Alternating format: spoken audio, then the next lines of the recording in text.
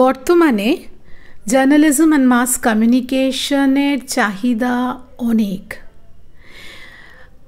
আগে এরকম একটা ব্যাপার ছিল যে সায়েন্স ছাড়া জীবন চলবে না, সবাই ওই সায়েন্সের পেছনে দৌড়চ্ছে।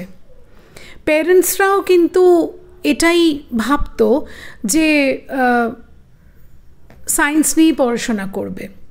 কিন্তু এখন কিন্তু অনেক অনেক সাবজেক্ট এসেছে এবং প্যারেন্টসদেরও কিন্তু এই ভাবনাটা আগের থেকে অনেক পরিবর্তন হয়ে গেছে। যেরকম আর্টসের নতুন নতুন অনেক সাবজেক্টের মধ্যে অবশ্যই জার্নালিজম একটা খুব ভালো সাবজেক্ট এবং এই সাবজেক্টে পড়াশোনা করলে অনেক অনেক সুবিধা পাওয়া যায়।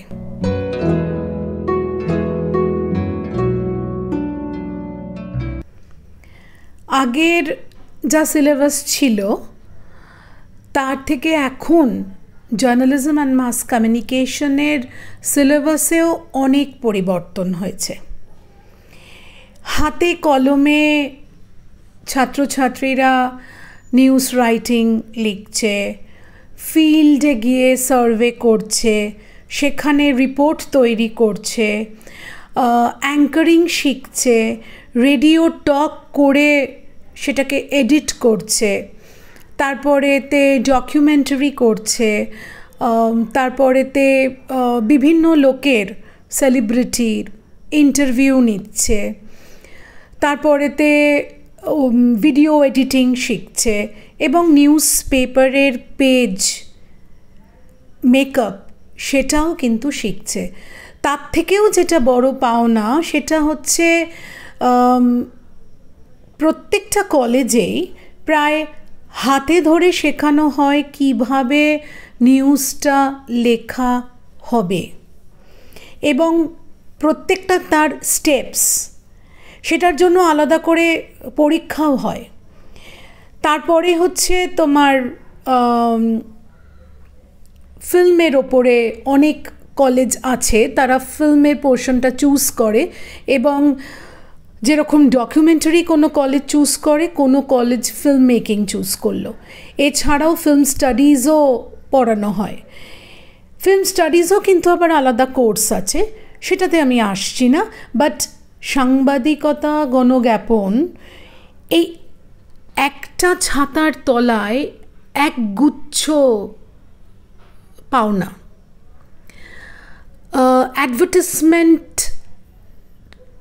স্লোগান কিভাবে লিখতে হবে, অ্যাড কপি রাইটিং, তারপরে অ্যাডভার্টাইজমেন্ট কিভাবে তৈরি করবে, পাবলিক রিলেশনসের জন্য মানে যাতে পিআরের তোমার জয়েন করতে পারে স্টুডেন্টরা আফটার গ্র্যাজুয়েশন, তার জন্য ওই অনেক জায়গায় গ্রুম করা হয় এবং সাবজেক্টটাই এমন যে অটোমেটিক্যালি পড়তে পড়তেই কিন্তু একজন এই এত কিছু দক্ষতা অর্জন করতে পারবে।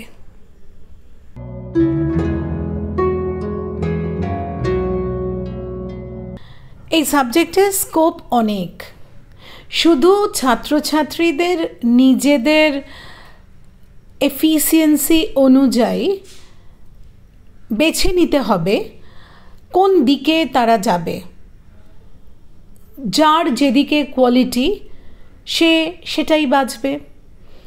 কারো নিউজ রাইটিং ভালো লাগতে পারে, কারো নিউজ রিডিং ভালো লাগতে পারে, রিডিং অ্যান্ড প্রেজেন্টেশন। কেউ ফটোগ্রাফিতে যেতে পারে নিউজ ফটোগ্রাফার হিসাবে, কেউ প্রুফ রিডিং এ যেতে পারে, কেউ রিপোর্ট রাইটিংয়ে যেতে পারে, কেউ কন্টেন্ট রাইটিংয়ে যেতে পারে, কেউ অ্যাড মেকিংয়ে যেতে পারে, কেউ কপি টেস্টিংয়ে যেতে পারে। প্রচুর অপশনস রয়েছে। এবার তাদের এফিসিয়েন্সি অনুযায়ী আরেকটা জিনিস আমি বলতে ভুলে গেছি, সেটা হচ্ছে কি পাবলিক রিলেশনসে যেতে পারে, অ্যাড এজেন্সিতে জয়েন করতে পারে। প্রচুর স্কোপ। ছাত্রছাত্রীরা তারা নিজেরাই বুঝে নেয়, মানে এটা পড়তে পড়তেই তারা বুঝতে পারে যে আমি কোন দিকে যাব। সাবজেক্টটা ইটসেলফই খুব স্মার্ট সাবজেক্ট, এবং তারা পড়তে পড়তেই অনেক গ্রুমড হয়ে যায়, তারা নিজেরাই এটা বেছে নিতে পারে।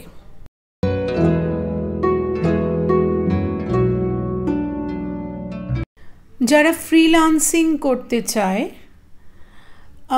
তাদের জন্য ভালো সুযোগ আছে। পড়তে পড়তেই তারা কোনো জায়গায় ফ্রিল্যান্স করতে পারে। তার জন্য অনেক অধ্যাবসায় প্রয়োজন।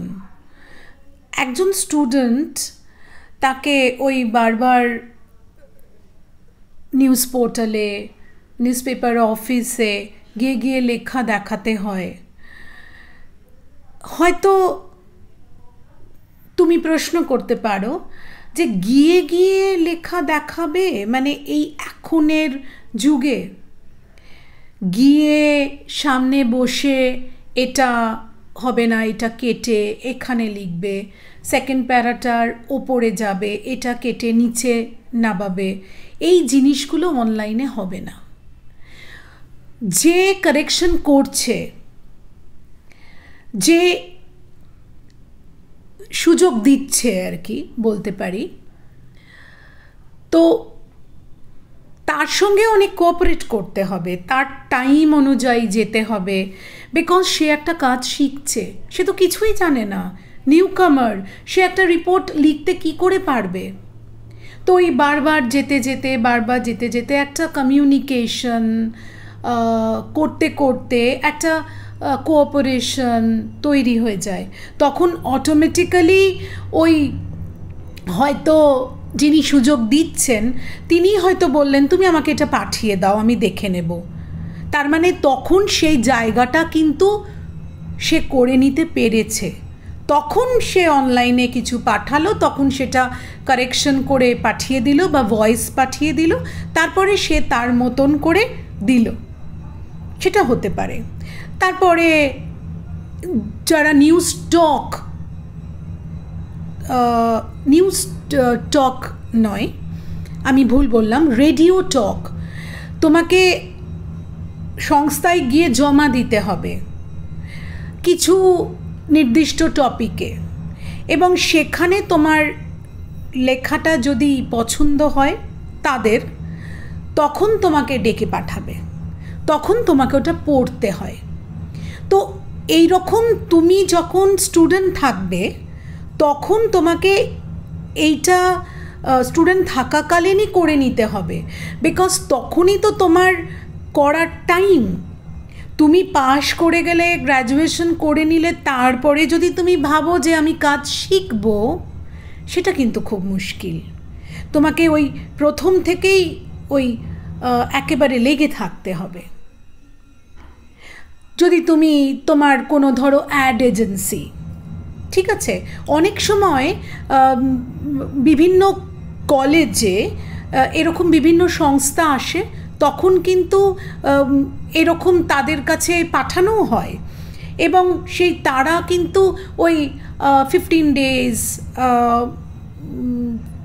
1 month এরকম তারা কাজ শেখায়, এবং তারা একটা ইন্টার্নশিপের সার্টিফিকেটও দেয়। এই রকম অনেক অপশনস আছে, তোমাকে শুধু বেছে নিতে হবে। এটাই ফ্রিল্যান্সিং করার অনেক অপশনস আছে, যেরকম কন্টেন্ট রাইটার, প্রচুর তুমি ওয়ার্ক ফ্রম হোম কাজ করতে পারো। প্রথমেই তো একেবারেই তো তোমার একদিনে লেখা তুমি পাঠালে ব্যাস চুজ হয়ে গেল, সেটা কিন্তু না। তোমাকে আস্তে আস্তে ওই জায়গাটায় আসতে হবে। বুঝতে পেরেছ?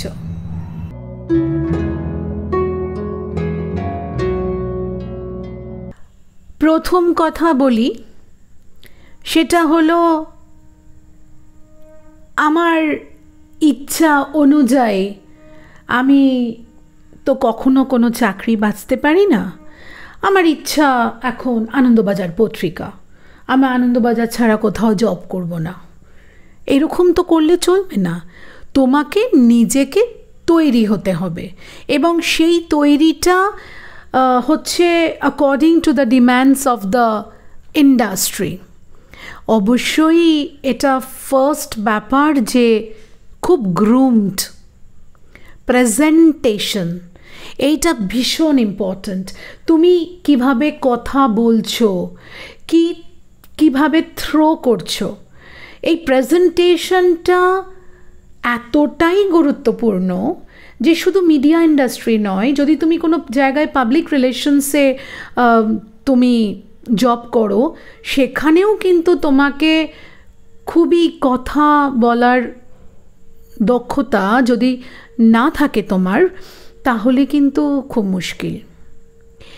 জার্নালিস্টদের তাই তো কাজ যে তুমি খুব ভালো কথা বলতে পারবে, খুব ভালো শুধু বক্তা নয়, শ্রোতাও। তুমি যার ইন্টারভিউ নিতে গেছো, তুমি তাকে স্কোপই দিচ্ছ না কিছু বলার, কি করে হবে? তোমাকে তো তাকে স্কোপও দিতে হবে যে সে কিছু বলছে সেটা আমি শুনবো, বিকজ আমি তার কাছে গেছি ইন্টারভিউটা নিতে, তাহলে আমাকে খুব ভালো শ্রোতা হতে হবে। তারপরে হচ্ছে এই তোমার মোল্ডিংয়ের ক্ষমতা, যে তুমি যে কোনো মানুষকে তুমি মোল্ড করতে পারছো। এরকম অনেক সিচুয়েশন জার্নালিস্টদের হয়তো তারা যদি তাদের এই মোল্ডিংয়ের ক্ষমতা না থাকে, ঠিক আছে, তাহলে অনেক অসুবিধে হয়ে যায়। যেরকম যে পরিবেশে যায় সেই পরিবেশ অনুযায়ী নিজেকে তৈরি করে নেয়, এই অ্যাডাপ্টেশন, এটাও কিন্তু খুব গুরুত্বপূর্ণ। তার কারণ হচ্ছে কি, তুমি যদি অ্যাডাপ্ট করতে নিজেকে না পারো, তাহলে কিন্তু তোমার এই জবটাতে তোমার সাকসেস আসবে না। মিডিয়া ইন্ডাস্ট্রি চায় ভালো কথা বলতে পারবে, ভালো লিখতে পারবে, ভালো তোমার ওই ধরো একটা বড় কোনো পিস থেকে তুমি সেটাকে ইম্পর্ট্যান্ট পয়েন্টসগুলো নিয়ে তুমি জিস্ট করলে, এই ধরনের কাজগুলো মিডিয়া ইন্ডাস্ট্রি খুব পছন্দ করে। তারপরে ইলেকট্রনিক মিডিয়ার ক্ষেত্রে প্রেজেন্টেশন গ্রুমড হতে হবে তোমাকে তার জন্য। তারপরে তুমি এডিট করতে পারলে প্লাস পয়েন্ট। এইটা তোমাকে বুঝতে হবে যে যে জায়গায় তুমি কাজ করতে যাচ্ছ সেই অনুযায়ী। যেরকম একটা অ্যাড এজেন্সিতে কাজ করতে গেলে তো তোমাকে গ্রুমড হতে হচ্ছে না, মানে কথা বলার দক্ষতা না থাকলে তুমি যে ওখানে লেখার ব্যাপার, মানে তুমি অ্যাড কপি লিখছো, তার জন্য তো তোমাকে বিরাট ভালো দক্ষ হতে হবে কথা বলার।